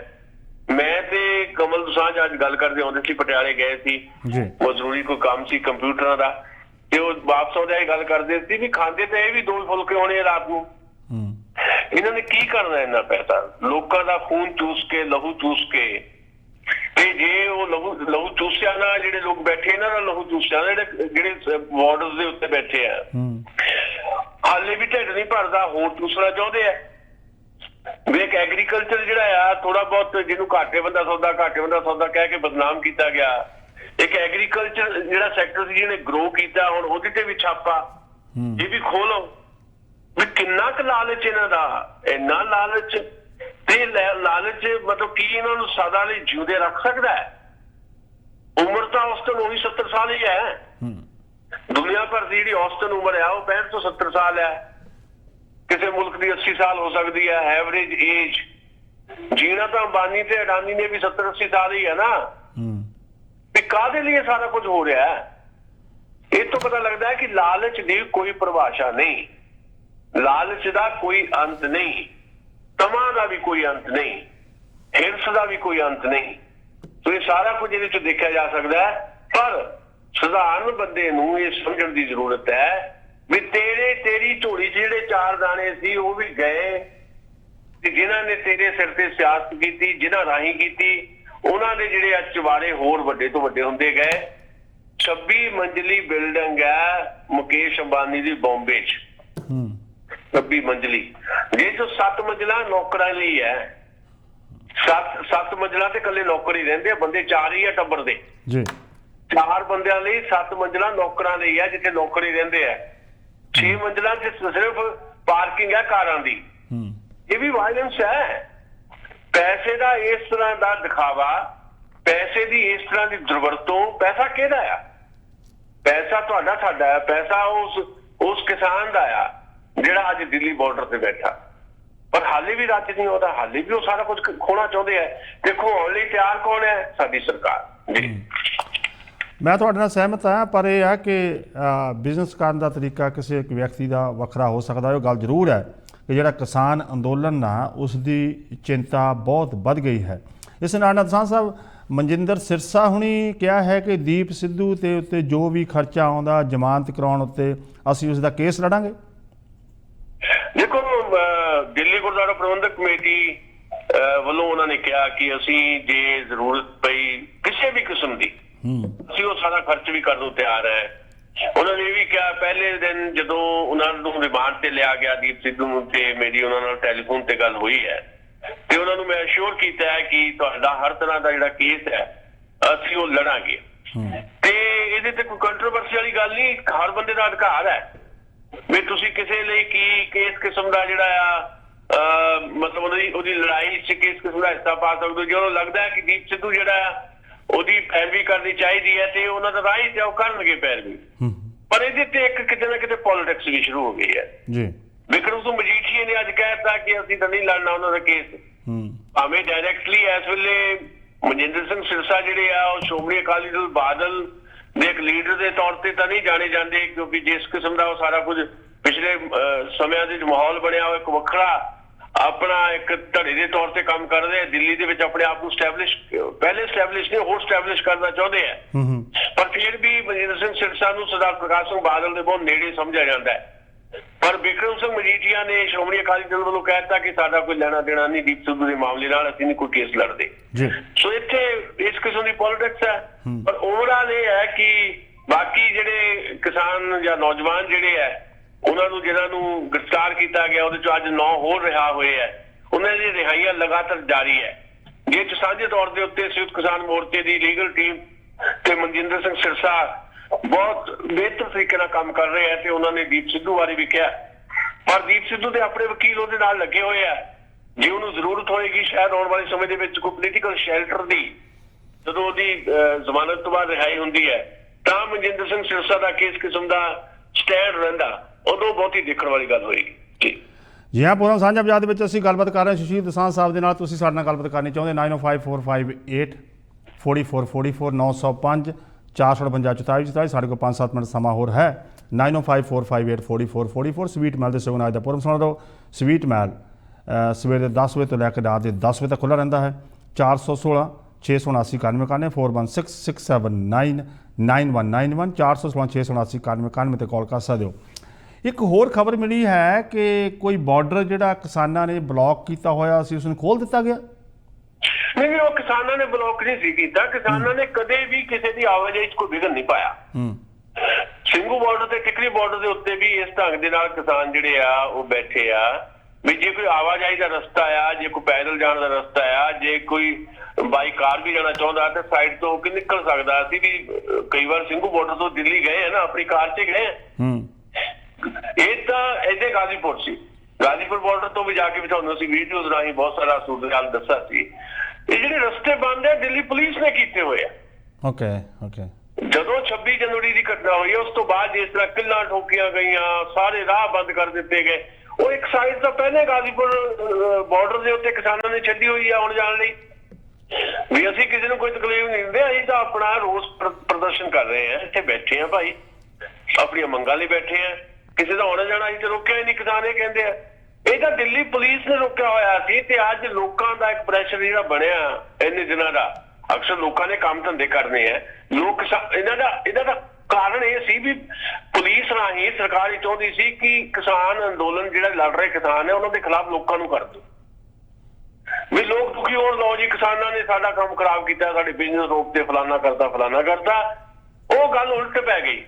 ਲੋਕ ਤਾਂ ਕਿਸਾਨਾਂ ਨਾਲ ਹੋਰ ਜੁੜ ਗਏ। ਲੋਕ ਦਿੱਲੀ ਪੁਲਿਸ ਨੂੰ ਕਹਿਣ ਲੱਗ ਪਏ ਵੀ ਤੁਸੀਂ ਕਿਉਂ ਬੈਰੀਕੇਡ ਲਾਇਆ ਬਈ, ਅਸੀਂ ਜਾਣਾ, ਅਸੀਂ ਸਵੇਰੇ ਜੌਬ ਤੇ ਜਾਣਾ ਆ। ਕੋਈ ਗਾਜ਼ੀਆਬਾਦ ਤੋਂ ਉੱਠ ਕੇ, ਕੋਈ ਨੋਇਡਾ ਤੋਂ ਉੱਠ ਕੇ ਦਿੱਲੀ ਕੰਮ ਕਰ ਜਾਂਦਾ, ਕੋਈ ਦਿੱਲੀ ਤੋਂ ਗਾਜ਼ੀਆਬਾਦ ਕੰਮ ਕਰ ਜਾਂਦਾ, ਕੋਈ ਹਰਿਆਣੇ ਦੇ ਜਿਹੜੇ ਹਿੱਸੇ ਆ ਪਾਣੀਪਤ ਕਰਨਾਲ ਤੋਂ ਦਿੱਲੀ ਕੰਮ ਕਰ ਜਾਂਦਾ, ਕੋਈ ਦਿੱਲੀ ਤੋਂ ਪਾਣੀਪਤ ਕਰਨਾਲ ਜਾਂਦਾ। ਈਵਨ ਕਈ ਲੋਕ ਪੰਜਾਬ ਤੋਂ ਰੋਜ਼ ਦਿੱਲੀ ਜਾ ਕੇ ਕੰਮ ਕਰਕੇ ਰਾਤ ਤੱਕ ਮੁੜ ਆਉਂਦੇ ਆ। ਕਈ ਲੋਕ ਦਿੱਲੀੋਂ ਪੰਜਾਬ ਜਾ ਕੇ ਕੰਮ ਕਰਦੇ ਆ ਤੇ ਰਾਤ ਤੱਕ ਦਿੱਲੀ ਮੁੜ ਜਾਂਦੇ ਆ। ਉਹਨਾਂ ਸਾਰਿਆਂ ਦੇ ਕੰਮ ਰੁਕੇ ਆ। ਉਹ ਰੁਕੇ ਕਿਹਨੇ ਆ? ਪੁਲਿਸ ਨੇ। ਪੁਲਿਸ ਕਿਹਦੀ ਆ? ਭਾਰਤ ਸਰਕਾਰ ਦੀ। ਪੁਲਿਸ ਰਾਹੀਂ ਸਰਕਾਰ ਦੀ ਸਾਜ਼ਿਸ਼ ਇਹ ਸੀ ਵੀ ਲੋਕਾਂ ਨੂੰ ਖਿਲਾਫ ਕਰ ਦਿਓ ਕਿਸਾਨਾਂ ਦੇ। ਉਹ ਉਲਟ ਹੋ ਗਿਆ। ਲੋਕ ਕਿਸਾਨਾਂ ਨਾਲ ਜੁੜ ਗਏ। ਲੋਕ ਕਹਿੰਦੇ ਵੀ ਕਿਸਾਨ ਤਾਂ ਸਾਨੂੰ ਰੋਕਦੇ ਨਹੀਂ, ਕਿਸਾਨ ਤਾਂ ਸਾਡੀ ਮਦਦ ਕਰਦੇ ਆ, ਕਿਸਾਨ ਤਾਂ ਸਾਨੂੰ ਫੁਲਕਾ ਪਾਣੀ ਮਤਲਬ ਪੂਰਾ ਪ੍ਰਬੰਧ ਕਰਕੇ ਦਿੰਦੇ ਆ, ਸਾਨੂੰ ਇੱਥੇ ਰੋਟੀ ਦੀ ਕੋਈ ਤੰਗੀ ਨਹੀਂ, ਸਾਨੂੰ ਪਾਣੀ ਦੀ ਕੋਈ ਤੰਗੀ ਨਹੀਂ। ਅਸੀਂ ਤਾਂ ਘਰ ਰੋਟੀ ਬਣਾਉਣੋਂ ਹਟ ਗਏ। ਜਿਹੜੇ ਨੇੜੇ ਤੇੜੇ ਲੋਕ ਇਹ ਕਹਿੰਦੇ ਆ ਅਸੀਂ ਤਾਂ ਆ ਕੇ ਅੰਦੋਲਨ 'ਚ ਬੈਠ ਕੇ ਰੋਟੀ ਖਾਂਦੇ ਆ, ਲੰਗਰ ਛਕਦੇ ਆ। ਸੋ ਸਰਕਾਰ ਦੀ ਚਾਲ ਹੋ ਗਈ ਫੇਲ। ਇਸ ਕਰਕੇ ਸਰਕਾਰ ਨੂੰ ਅੱਜ ਮਜਬੂਰ ਹੋ ਕੇ ਗ੍ਰਹਿ ਮੰਤਰਾਲੇ ਨੂੰ ਇਹ ਕਹਿਣਾ ਪਿਆ ਕਿ ਗਾਜ਼ੀਪੁਰ ਬਾਰਡਰ ਦਾ ਜਿਹੜਾ ਦਿੱਲੀ ਪੁਲਿਸ ਨੇ ਰਸਤਾ ਰੋਕਿਆ ਆ ਦਿੱਲੀ ਤੋਂ ਗਾਜ਼ੀਆਬਾਦ ਜਾਣ ਵਾਲਾ, ਉਹ ਖੋਲ ਦਿਓ। ਅੱਜ ਸਵੇਰ ਤੋਂ ਖੋਲ ਦਿੱਤਾ ਗਿਆ। ਇੱਕ ਹੋਰ ਕੁਝ ਕਿਸਾਨ ਜਥੇਬੰਦੀਆਂ ਨੇ ਕੋਈ ਇਹੋ ਜਿਹੀ ਸਟੇਟਮੈਂਟ ਜਾਂ ਇਹੋ ਜਿਹਾ ਕਿਤੇ ਭਾਸ਼ਣ ਦੇ ਵਿੱਚ ਕੋਈ ਗੱਲ ਕੀਤੀ ਕਿਸੇ ਲੀਡਰ ਨੇ ਕਿ ਅੰਦੋਲਨ ਜਿਹੜਾ ਹੈ ਉਹ ਸਾਨੂੰ ਹੁਣ ਦਿੱਲੀ ਬੈਠਣ ਦੀ ਲੋੜ ਨਹੀਂ ਹੈ, ਕਿਉਂਕਿ ਜਦੋਂ ਅਸੀਂ ਮਹਾਂ ਪੰਚਾਇਤਾਂ ਦਾ ਇਕੱਠ ਕਰਦੇ ਹਾਂ ਉੱਥੇ 2-2, 3-3 ਲੱਖ ਦਾ ਇਕੱਠ ਹੁੰਦਾ, ਸਾਨੂੰ ਇੱਥੇ ਬੈਠਣ ਦੀ ਲੋੜ ਹੀ ਨਹੀਂ ਹੈਗੀ। ਅਸੀਂ ਇੱਥੇ ਬੈਠ ਕੇ ਕੀ ਕਰਾਂਗੇ? ਅਸੀਂ ਬੈਠ ਕੇ ਇੱਥੇ ਦੇਖ ਲਿਆ, ਅਸੀਂ ਬੈਠ ਕੇ ਸਾਰੇ ਮੁਲਕ ਦੇ ਵਿੱਚ ਆਪਣਾ ਸੁਨੇਹਾ ਪਹੁੰਚਾ ਦਿੱਤਾ। ਹੁਣ ਅਸੀਂ ਵੱਖਰੇ ਵੱਖਰੇ ਰਾਜਾਂ ਦੇ ਵਿੱਚ ਜਿਹੜੇ ਸਾਡੇ ਇਕੱਠ ਹੋ ਰਹੇ ਨੇ ਉਹ ਸਰਕਾਰ ਲਈ ਸਿਰਦਰਦੀ ਬਣ ਸਕਦਾ। ਸਰਕਾਰ ਨੂੰ ਇਸ ਬਾਰੇ ਸੋਚਣਾ ਪਏਗਾ ਤਾਂ ਕਿ ਅਸੀਂ ਇੱਥੇ ਬੈਠ ਕੇ ਨਹੀਂ ਕੁਝ ਕਰ ਸਕਦੇ, ਅਸੀਂ ਵੱਖਰੇ ਵੱਖਰੇ ਰਾਜਾਂ ਵਿੱਚ ਜਾ ਕੇ ਵੱਡੇ ਵੱਡੇ ਇਕੱਠ ਕਰਕੇ ਲੋਕਾਂ ਨੂੰ ਆਪਣੇ ਨਾਲ ਜੋੜਾਂਗੇ। ਨਹੀਂ ਦੇਖੋ, ਮੇਰੀ ਨੋਟਿਸ 'ਚ ਏਦਾਂ ਦਾ ਕੋਈ ਨਹੀਂ ਹੈ। ਕੋਈ ਲੋਕਲ ਕਿਸਮ ਦੇ ਕਿਸੇ ਲੀਡਰ ਨੇ ਕੋਈ ਏਦਾਂ ਦੀ ਗੱਲ ਕਹਿਤੀ ਹੋਵੇ, ਸਟੇਜ ਤੋਂ ਬੋਲਦਾ ਕਹਿਤੀ ਹੋਵੇ, ਤਾਂ ਇਹ ਨੋਰਮਲ ਜਿਹੀਆਂ ਗੱਲਾਂ ਸਟੇਜਾਂ ਤੋਂ ਕਈ ਵਾਰੀ ਕੁਝ ਗੱਲਾਂ ਕਹਿ ਦਿੱਤੀਆਂ ਜਾਂਦੀਆਂ। ਸਵਾਲ ਹੈ ਕਿ ਕੀ ਸੰਯੁਕਤ ਕਿਸਾਨ ਮੋਰਚੇ ਦੀ ਪ੍ਰੈਸ ਕਾਨਫਰੰਸ ਦੇ ਵਿੱਚ ਏਦਾਂ ਦੀ ਕੋਈ ਗੱਲ ਹੋਈ ਹੈ? ਨਹੀਂ ਹੋਈ, ਬਿਲਕੁਲ ਨਹੀਂ ਹੋਈ। ਸੰਯੁਕਤ ਕਿਸਾਨ ਮੋਰਚੇ ਦੇ ਪ੍ਰੈਸ ਕਾਨਫਰੰਸ ਦੇ ਵਿੱਚ ਜਿਹੜੀਆਂ ਗੱਲਾਂ ਹੋਈਆਂ ਮੈਂ ਤੁਹਾਨੂੰ ਦੱਸ ਦਿਆਂ ਵੀ 15 ਮਾਰਚ ਤੱਕ ਕਿਹੜੇ ਪ੍ਰੋਗਰਾਮ ਜਿਹੜੇ ਆ ਉਹਨਾਂ ਨੇ ਆਰਗੇਨਾਈਜ਼ ਕਰਨੇ ਆ। ਸਗੋਂ ਬਲਵੀਰ ਰਾਜੇਵਾਲ ਨੇ ਤਾਂ ਹੋਰ ਗੱਲ ਕਹੀ ਹੈ। ਬਲਵੀਰ ਰਾਜੇਵਾਲ ਨੇ ਅੱਜ ਹੀ ਕਿਹਾ ਵੀ ਹੁਣ ਜ਼ਿਆਦਾ ਜ਼ਰੂਰਤ ਇਹ ਹੈ ਵੀ ਪਿੰਡਾਂ ਦੇ ਵਿੱਚ ਉਹੀ ਲੋਕ ਰਹਿਣ ਜਿਨ੍ਹਾਂ ਤੋਂ ਬਿਨਾਂ ਸਰਦਾ ਨਹੀਂ। ਜਿਹੜੇ ਲੋਕ ਵੱਧ ਤੋਂ ਵੱਧ ਆ ਸਕਦੇ ਹੋ ਹੁਣ ਬਾਰਡਰ ਵੱਲ ਆਉਣ। ਜਿੰਨਾ ਬਾਰਡਰ ਤੇ ਆਪਣੀ ਨਫਰੀ ਵਧੇਗੀ, ਤਦਾਦ ਵਧੇਗੀ, ਇਹ ਸਰਕਾਰ ਦੀ ਸਿਰਦਰਦੀ ਹੋਰ ਵਧੇਗੀ। ਪਰ ਨਾਲ ਦੀ ਨਾਲ ਇਹ ਵੀ ਗੱਲ ਹੈ ਵੀ ਕਿਸਾਨ ਲੀਡਰਸ਼ਿਪ ਨੇ 5 ਸੂਬਿਆਂ 'ਚ ਜਾਣ ਦੀ ਵੀ ਗੱਲ ਕਹੀ ਹੈ, ਪਰ ਉਹ ਲੀਡਰਸ਼ਿਪ ਜਾਏਗੀ। ਲੀਡਰਸ਼ਿਪ ਉੱਥੇ ਇਕੱਠ ਵੱਖਰੇ ਹੋਣਗੇ। ਕਿਸਾਨ ਲੀਡਰਸ਼ਿਪ ਇਹ ਕਹਿ ਰਹੀ ਹੈ ਵੀ ਹੁਣ ਸਾਡੀ ਲੋੜ ਨਹੀਂ ਹੈਗੀ ਬਹੁਤੀ ਦਿੱਲੀ ਮੋਰਚਿਆਂ ਤੇ, ਲੋਕਾਂ ਦੀ ਲੋੜ ਹੈ, ਕਿਸਾਨਾਂ ਦੀ ਲੋੜ ਹੈ। ਪੰਜਾਬ ਦੇ ਲੋਕਾਂ ਨੇ ਆਪਣੇ ਆਪ ਹੀ ਆਪਣਾ ਅੰਦੋਲਨ ਬਣਾ ਲਿਆ। ਉਹ ਬਹਿ ਗਏ, ਹਰਿਆਣੇ ਵਾਲੇ ਨੇ ਬਣਾ ਲਿਆ, ਰਾਜਸਥਾਨ ਵਾਲੇ ਨੇ ਬਣਾ ਲਿਆ, ਉਹ ਬੈਠੇ ਆ ਉੱਥੇ। ਸੈਕੰਡ ਲੀਡ ਦੀ ਜਿਹੜੀ ਸਾਡੀ ਲੀਡਰਸ਼ਿਪ ਹੈ ਉਹ ਸੰਭੂਗੀ ਸਾਰਾ ਕੁਝ ਜੀ। ਸਾਡੀ ਲੋੜ ਹੁਣ ਇਹ ਹੈ ਜਿਹੜੇ ਵੱਡੇ ਲੀਡਰ ਆ ਵੀ ਅਸੀਂ 5 ਸੂਬਿਆਂ 'ਚ ਜਾਈਏ ਜਾਂ ਦੇਸ਼ ਦੇ ਵੱਖ-ਵੱਖ ਹਿੱਸਿਆਂ 'ਚ ਜਾਈਏ ਤੇ ਇਹ ਗੱਲ ਕਹੀਏ ਵੀ ਭਾਰਤੀ ਜਨਤਾ ਪਾਰਟੀ ਦੀ ਸਰਕਾਰ ਸਾਡੇ ਇਤਿਹਾਸ ਦੀ ਸਭ ਤੋਂ ਜ਼ਿਆਦਾ ਨਿਕੰਮੀ ਸਰਕਾਰ ਹੈ। ਇਹਨੂੰ ਦੁਬਾਰਾ ਆਉਣ ਦੀ ਜਿਹੜੀ ਹੈ ਕੋਈ ਆਗਿਆ ਭਾਰਤ ਦਾ ਆਮ ਬੰਦਾ ਨਾ ਦੇਵੇ ਤੇ 5 ਸੂਬਿਆਂ ਦੇ ਵਿੱਚ ਜਿਹੜਾ ਵੀ ਬੀਜੇਪੀ ਨੂੰ ਹਰਾ ਸਕਦਾ ਆ ਉਹਨੂੰ ਵੋਟ ਕੀਤਾ ਜਾਏ। ਅਸੀਂ ਕਿਸੇ ਪਾਰਟੀ ਦੇ ਪੱਖ 'ਚ ਨਹੀਂ ਹੈ। ਅਸੀਂ ਜਿਹੜੇ ਸੰਯੁਕਤ ਕਿਸਾਨ ਮੋਰਚੇ ਦੇ ਵੱਡੇ ਲੀਡਰ ਹੈ ਅਸੀਂ ਜਾਵਾਂਗੇ ਉਹਨਾਂ ਸੂਬਿਆਂ 'ਚ। ਸਾਡੇ ਜਿਹੜੇ ਪਿਛਲੀ ਦੂਜੀ ਕਤਾਰ ਦੇ ਲੀਡਰ ਹੈ ਉਹ ਬਾਰਡਰ ਦੇ ਉੱਤੇ ਸਾਂਭਣਗੇ ਆਮ ਲੋਕਾਂ ਦੇ ਇਹਨਾਂ ਇਕੱਠਾਂ ਨੂੰ। ਜੀ, ਤੁਹਾਡਾ ਕੀ ਕਹਿਣਾ ਹੈ ਕਿ ਜੇ ਕੋਈ ਆਉਣ ਵਾਲੇ ਦਿਨਾਂ ਦੇ ਵਿੱਚ ਸਰਕਾਰ ਕੋਈ ਗੱਲਬਾਤ ਕਰਦੀ ਹੈ, ਕਿਉਂਕਿ ਅੱਜ ਤੱਕ ਤਾਂ ਹੁਣ ਕੋਈ ਸਟੇਟਮੈਂਟ ਇਹੋ ਜਿਹੀ ਨਹੀਂ ਆਈ, ਤਾਂ ਕੀ ਤੁਹਾਨੂੰ ਲੱਗਦਾ ਹੈ ਕਿ ਕੋਈ ਗੱਲਬਾਤ ਹੋ ਸਕਦੀ ਆਉਣ ਵਾਲੇ ਦਿਨਾਂ ਵਿੱਚ? ਗੱਲਬਾਤ ਤਾਂ ਬੱਟ ਤੇ ਪਈ ਹੈ। ਤੁਸੀਂ ਚਿੰਤਾ ਨਾ ਕਰੋ, ਦੇਖੋ ਸਹੀ ਹੁੰਦਾ ਕੀ ਹੈ। ਜਦੋਂ ਇਹ ਮੈਸੇਜ ਕਨਵੇ ਹੋਣ ਲੱਗ ਪਿਆ, ਜਦੋਂ ਅਸੀਂ ਗੱਲ ਕਰ ਰਹੇ ਹਾਂ ਵੀ 12 ਮਾਰਚ ਤੋਂ ਜਿਸ ਕਿਸਮ ਦੇ ਅੰਦੋਲਨ ਨੂੰ ਅੱਗੇ ਲਿਜਾਣ ਦੀ ਗੱਲ ਹੈ, ਕਲਕੱਤੇ ਤੋਂ ਗੱਲ ਸ਼ੁਰੂ ਹੋਣੀ ਹੈ। ਉੱਥੇ ਕਲਕੱਤੇ 'ਚ ਵਿਦਿਆਰਥੀਆਂ ਦਾ, ਨੌਜਵਾਨਾਂ ਦਾ, ਮਜ਼ਦੂਰਾਂ ਦਾ, ਕਿਸਾਨਾਂ ਦਾ, ਕਿਸੇ ਪੋਲੀਟੀਕਲ ਪਾਰਟੀ ਦਾ ਨਹੀਂ, ਇਹਨਾਂ ਦਾ ਬਿਨਾਂ ਕਿਸੇ ਪੋਲੀਟੀਕਲ ਪਾਰਟੀ ਦੇ ਝੰਡੇ ਦੇ ਇਹਨਾਂ ਦਾ ਇਕੱਠ ਹੋਣ ਜਾ ਰਿਹਾ ਬਹੁਤ ਵੱਡਾ ਤੇ ਕਿਸਾਨ ਲੀਡਰਸ਼ਿਪ ਉੱਥੇ ਪਹੁੰਚੇਗੀ ਜੀ। ਉੱਥੋਂ ਗੱਲ ਤੁਰੇਗੀ, ਅਸਾਮ ਵੱਲ ਜਾਏਗੀ, ਤਾਮਿਲਨਾਡੂ ਵੱਲ ਜਾਏਗੀ, ਬਾਕੀ ਸੂਬਿਆਂ ਜਾਏਗੀ ਜਿੱਥੇ ਇਲੈਕਸ਼ਨ ਹੈ। ਇਹ ਸਰਕਾਰ ਤਾਂ ਤੁਸੀਂ ਦੇਖੋ ਪੈਰਾਂ ਭਾਰ ਪਹਿਲੇ ਹੀ ਹੈ, ਵੈਸੇ ਅੰਦਰੋਂ ਤਾਂ ਪਹਿਲੇ ਹਿੱਲੀ ਹੋਈ ਹੈ। ਸਿਰਫ ਇੱਕ ਜ਼ਿੱਦ ਹੈ, ਉਹ ਜ਼ਿੱਦ ਜਿਹੜੀ ਹੈ ਨਰਿੰਦਰ ਮੋਦੀ ਹੋਰਾਂ ਦੀ, ਉਹ ਜ਼ਿੱਦ ਜਿਹੜੀ ਹੈ ਉਹ ਪੁੱਗਣੀ ਨਹੀਂ ਹੈ। ਜ਼ਿੱਦਾਂ ਜਿਹੜੀਆਂ ਉਦਾਂ ਵੀ ਤਬਾਹ ਕਰਦੀਆਂ। ਜ਼ਿੱਦ ਜਿਹੜੀ ਬੰਦਾ ਕਰਦਾ ਨਾ, ਜਿਹੜਾ ਜ਼ਿੱਦ ਕਰਦਾ ਉਹ ਜ਼ਿੱਦ ਉਹਨੂੰ ਲੈ ਕੇ ਬਹਿ ਜਾਂਦੀ ਹੈ। ਇਹ ਇਤਿਹਾਸ ਹੈ ਸਾਡੇ ਕੋਲ ਜੀ। ਸੋ ਪਹਿਲੀ ਗੱਲ ਤਾਂ ਮੈਂ ਤੁਹਾਨੂੰ ਇਹ ਦੱਸਦਾ ਕਿ ਜਿਹੜੀਆਂ 4 ਵੱਡੀਆਂ ਸਟੇਟ ਹੈ ਉਹ 'ਚ ਅਸਾਮ ਨੂੰ ਛੱਡ ਕੇ ਬਾਕੀ 3 ਸਟੇਟਾਂ ਦੇ ਵਿੱਚ ਭਾਰਤੀ ਜਨਤਾ ਪਾਰਟੀ ਦਾ ਪਹਿਲੇ ਹਾਰ ਰਹੀ ਹੈ ਜੋ ਦਿਖਾਈ ਦੇ ਰਿਹਾ। ਪੱਛਮੀ ਬੰਗਾਲ ਤੇ ਬੜਾ ਉਹਨਾਂ ਨੇ ਦਾਲ ਆਇਆ ਵੀ ਪੱਛਮੀ ਬੰਗਾਲ ਅਸੀਂ ਜਿੱਤ ਲੈਣਾ ਜੀ, ਪਰ ਜੋ ਸਾਡੇ ਕੋਲ ਜਾਣਕਾਰੀ ਹੈ ਇਹ 2019 ਦੀ ਲੋਕ ਸਭਾ ਚੋਣਾਂ ਦੀ ਜਿਹੜੀ ਕਾਰਗੁਜ਼ਾਰੀ ਹੈ ਉਹਨੂੰ ਵੀ ਦੁਹਰਾ ਦੇਵੇ ਬੀਜੇਪੀ, ਤਾਂ ਵੀ ਉਹ ਤ੍ਰਿਣਮੂਲ ਕਾਂਗਰਸ ਦੀ ਸਰਕਾਰ ਬਣੇਗੀ, ਬੀਜੇਪੀ ਦੀ ਨਹੀਂ ਬਣੇਗੀ। ਅਸਾਮ ਦੇ ਵਿੱਚ ਝਟਕੇ ਲੱਗ ਗਏ ਬੀਜੇਪੀ ਨੂੰ। ਅਸਾਮ 'ਚ ਬੀਜੇਪੀ ਦੀ ਗਵਰਨਮੈਂਟ ਹੈ, ਅਸਾਮ ਵੀ ਹਾਰ ਜਾਣਾ ਬੀਜੇਪੀ ਨਹੀਂ ਜਿੱਦਾਂ ਦੇ ਹਾਲਾਤ ਹੈ। ਸੋ ਜੇ ਤਾਂ ਇਹਨਾਂ ਨੇ 2 ਮਈ ਤੱਕ ਚਾਹੁੰਦੀ ਹੈ ਨਰਿੰਦਰ ਮੋਦੀ ਦੀ ਸਰਕਾਰ 2 ਮਈ ਤੱਕ ਦੇਖਣਾ ਜੀ, ਫਿਰ ਤਾਂ ਹੋਰ ਵੱਡੀਆਂ ਸੱਟਾਂ ਲੱਗਣਗੀਆਂ। ਜੇ 2 ਮਈ ਤੋਂ ਪਹਿਲਾਂ ਯਾਨੀ ਇਲੈਕਸ਼ਨ ਵੋਟ ਪੈਣ ਤੋਂ ਪਹਿਲਾਂ ਸਰਕਾਰ ਨੂੰ ਜੇ ਇੰਨੀ ਕੁ ਸਮਝ ਆ ਜਾਏ ਕਿ ਜੇ ਅਸੀਂ ਹੁਣ ਇਹਨਾਂ ਦੀ ਗੱਲ ਮੰਨ ਲਈ ਹੈ ਬਚਾਇਆ, ਜੇ ਨਹੀਂ ਮੰਨੀ ਤਾਂ ਵੋਟਾਂ ਜਿਹੜੀਆਂ ਸਾਡੇ ਖਿਲਾਫ ਪੈ ਜਾਣੀਆਂ, ਤਾਂ ਫਿਰ ਗੱਲ ਹੋ ਰਿਹਾ। ਪਰ ਮੈਨੂੰ ਇਹ ਲੱਗਦਾ ਹੈ ਕਿ ਸ਼ਾਇਦ 2 ਮਈ ਤੱਕ ਉਡੀਕਣ ਦੀ ਜਿਹੜੀ ਲੰਮੀ ਇੱਕ ਪ੍ਰਕਿਰਿਆ ਆ ਉਹਦੇ 'ਚ ਜੇ ਨਰਿੰਦਰ ਮੋਦੀ ਜਾਂ ਉਹਨਾਂ ਦੇ ਸਾਥੀ ਪੈਂਦੇ ਆ ਤਾਂ ਫਿਰ ਉਹਨਾਂ ਦਾ ਦੁਬਾਰਾ ਦੇਸ਼ ਦੀ ਸਤ੍ਹਾ ਤੇ ਕਾਬਜ ਹੋਣ ਦਾ ਜਿਹੜਾ ਇੱਕ ਸੁਪਨਾ ਆ ਉਹ ਪੂਰਾ ਨਹੀਂ ਹੋ ਸਕਦਾ। ਨਰਿੰਦਰ ਮੋਦੀ ਫਿਰ ਇਤਿਹਾਸ ਦੀ ਚੀਜ਼ ਹੋ ਜਾਣਗੇ ਜਿਸ ਤਰ੍ਹਾਂ ਦਾ ਮਾਹੌਲ ਸਾਰੇ ਦੇਸ਼ ਦੇ ਵਿੱਚ ਡਿਵੈਲਪ ਹੋ ਰਿਹਾ ਹੈ ਜੀ। ਕਿਸਾਨ ਸਾਹਿਬ ਤੁਹਾਡਾ ਬਹੁਤ ਬਹੁਤ ਧੰਨਵਾਦ। ਕੱਲ੍ਹ ਦੇ ਪ੍ਰੋਗਰਾਮ 'ਚ ਆਪਾਂ ਫਿਰ ਗੱਲ ਕਰਾਂਗੇ। ਆਪਣਾ ਧਿਆਨ ਰੱਖੋ, ਪਰਿਵਾਰ ਦਾ ਧਿਆਨ ਰੱਖੋ ਤੇ ਨਾਲ ਮਾਤਾ ਜੀ ਦਾ ਧਿਆਨ ਰੱਖੋ। ਉਹਨਾਂ ਦੀ ਸਿਹਤ ਬਹੁਤ ਛੇਤੀ ਠੀਕ ਹੋਏਗੀ ਤੇ ਆਪਾਂ ਆਉਣ ਵਾਲੇ ਦਿਨਾਂ ਵਿੱਚ ਉਹਨਾਂ ਨਾਲ ਰੇਡੀਓ ਸਾਂਝਾ ਪੰਜਾਬ ਦੇ ਉੱਤੇ ਗੱਲਬਾਤ ਜ਼ਰੂਰ ਕਰਾਂਗੇ। ਮਿਹਰਬਾਨੀ, ਸ਼ੁਕਰੀਆ ਜੀ। Thank you. ਇਹ ਸਨ ਸੁਸ਼ੀਲ ਦਸਾਂਝ ਸਾਹਿਬ। ਕੁਝ ਗੱਲਾਂ ਬਾਤਾਂ ਅਸੀਂ ਉਹਨਾਂ ਨਾਲ ਕੀਤੀਆਂ ਕਿਸਾਨ ਅੰਦੋਲਨ ਬਾਰੇ, ਹੋਰ ਦੁਨੀਆ ਵਿੱਚ ਕੀ ਕੁਛ ਵਾਪਰ ਰਿਹਾ ਹੈ। ਸਾਨੂੰ ਹੁਣੇ ਈਮੇਲ ਭੇਜੀ ਹੈ ਪ੍ਰਭਮੀਤ ਸਰਕਾਰੀਆ, ਜੋ ਕਿ ਸਾਡੇ ਬਰੈਂਪਟਨ ਸਾਊਥ ਤੋਂ MPP ਨੇ, ਨਾਲ ਸਮਾਲ ਬਿਜ਼ਨਸ ਦੇ ਮਿਨਿਸਟਰ ਵੀ ਨੇ। ਉਹਨਾਂ ਨੇ ਕਿਹਾ ਕਿ ਬਰੈਂਪਟਨ ਦੇ ਵਿੱਚ 80+ ਜਿਹੜੇ ਲੋਕ ਨੇ ਉਹ ਵੈਕਸੀਨ ਜਿਹੜੀ ਕਰੋਨਾ ਵਾਇਰਸ ਦਾ ਇੰਜੈਕਸ਼ਨ ਹੈ ਉਹ ਲਵਾ ਸਕਦੇ ਨੇ, ਜਿਨ੍ਹਾਂ ਜਨਮ 1941 ਤੋਂ ਪਹਿਲਾਂ ਹੋਇਆ ਹੈ। ਉਹ ਜਿਹੜੇ ਲੋਕ ਨੇ ਉਹ ਵੈਕਸੀਨ ਆਪਣੇ ਲਗਵਾ ਸਕਦੇ ਨੇ। ਬਰੈਂਪਟਨ ਦੇ ਵਿੱਚ ਚੰਗਿਊਜ਼ੀ ਵੈਲਨੈਸ ਸੈਂਟਰ ਦੇ ਵਿੱਚ ਇੱਥੇ ਇੰਜੈਕਸ਼ਨ ਲਾਇਆ ਜਾ ਰਿਹਾ ਹੈ। ਸੋ ਸਾਨੂੰ ਇਹ ਪ੍ਰਭਮੀਤ ਸਰਕਾਰੀਆ ਹੁਣ ਜਿਹੜੀ ਜਾਣਕਾਰੀ ਦਿੱਤੀ ਹੈ। ਇਸ ਤਰ੍ਹਾਂ ਹੀ ਕਰੋਨਾ ਦੇ ਕੇਸ ਜਿਹੜੇ ਅੱਗੇ ਨੂੰ ਪਿਛਲੇ 24 ਘੰਟਿਆਂ ਵਿੱਚ ਘਟੇ ਨੇ।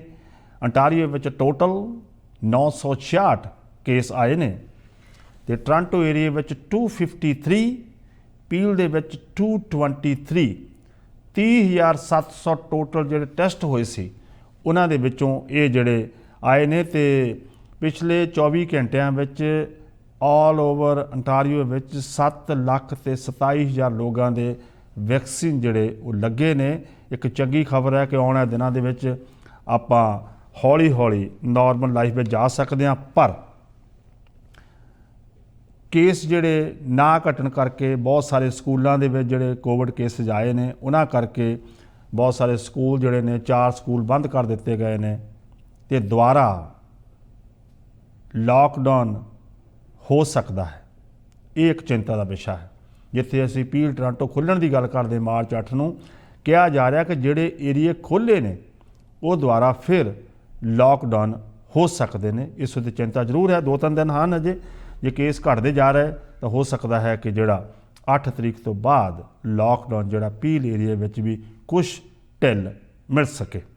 इस तरह ही टो ट्रक इंडस्ट्री दे विच इन्नी गैंगवार पिछले दिनों के विच हुई, बहुत सारे टो ट्रकों नूं अग ला दी गई, बहुत सारे टो ट्रक जिहड़े सी उन्हां लोगों के गोलियां भी आपस में चलियां।